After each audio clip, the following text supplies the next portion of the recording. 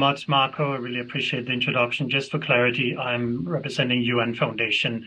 50 by 40 was my previous job, just to be clear on that. But thanks for that. And also many thanks to Felix for the invitation. It's great to be among such esteemed speakers and representatives and friends and colleagues I worked a lot with, such as Olaf and Martin. So I'm going to cover a lot of the things that have been mentioned so far, but have a specific focus on resilience and also talking about how we get to COP28. So let me start about talking about some of the things that particularly Martin touched on as well, which is that COVID-19 and the war in Ukraine has demonstrated where the current macro and micro economic systems are vulnerable. And this is the case from security for the economy and especially for food security. And I think that resilience will become the key word for 2023 across all sectors, and nowhere more so than on the link between food production and climate. So given all that's going on and has been going on in the last couple of years, we now have to rethink how we produce and consume food. And having uncovered the weaknesses, we can start to work towards long-term resilience solutions. And as mentioned previously, the UN Food Systems Summit enabled a global collaboration, and we now have to be vigilant summit alumni and keep that rapport tight, as we're doing here today as well. So this is the year that the global goal and adaptation is to be agreed upon. Unfortunately, yet we are still quite far from getting an agreement on a robust goal. The goal should, of course, relate to other relevant frameworks that exist, which I mentioned earlier, such as the Sendai framework, and should be comprehensive of water resilience, food systems resilience, infrastructure resilience, and all other domains that contribute to vulnerability and resilience. The UN Foundation will have a strong focus on this perspective over the course of this year. And when looking at resilience, we need to focus on food systems resilience, not just to climate shocks and stresses, but a myriad of stresses, and how we need to look beyond individual value chains and countries to the food systems as a whole, including the role of trade, transport, labor, and other policies which are currently affecting the resilience of our food system. If David Navarro had been with us today, I'm sure he would have spoken specifically to those interdependencies and connections there. And my colleague Christina reminded me that I would be remiss not to mention the centrality of resilient water management to the resilience of many other systems, of course, food, but also energy, transport, infrastructure resilience, and broader economic resilience.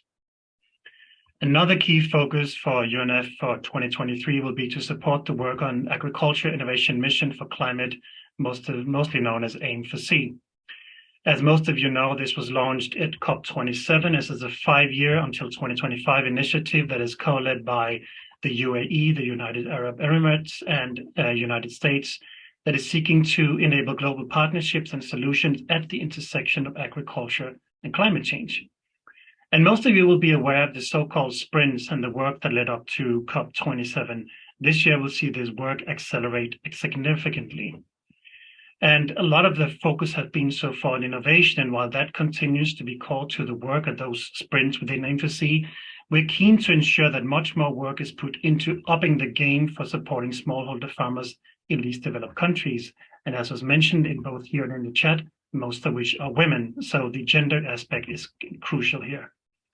And building resilience, particularly in Africa, is crucial, and we need to work across UN institutions and countries to enable smallholders to become self-sufficient and ensure that not only food security, but food sovereignty is addressed.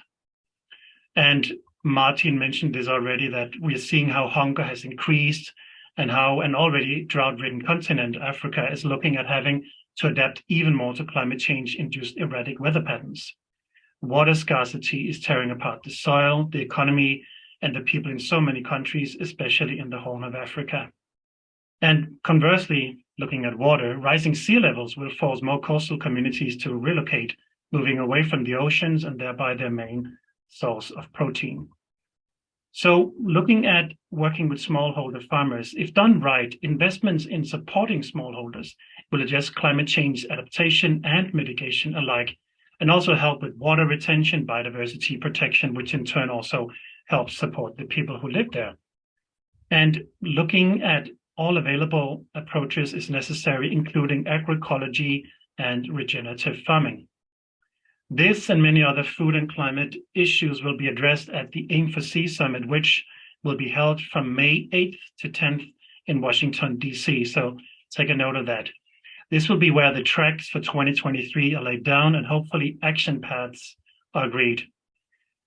Should you be interested in engaging, you can find the registration site online. Just Google Aim for Sea Summit, or you can also reach out to me directly. I will take you to the right place.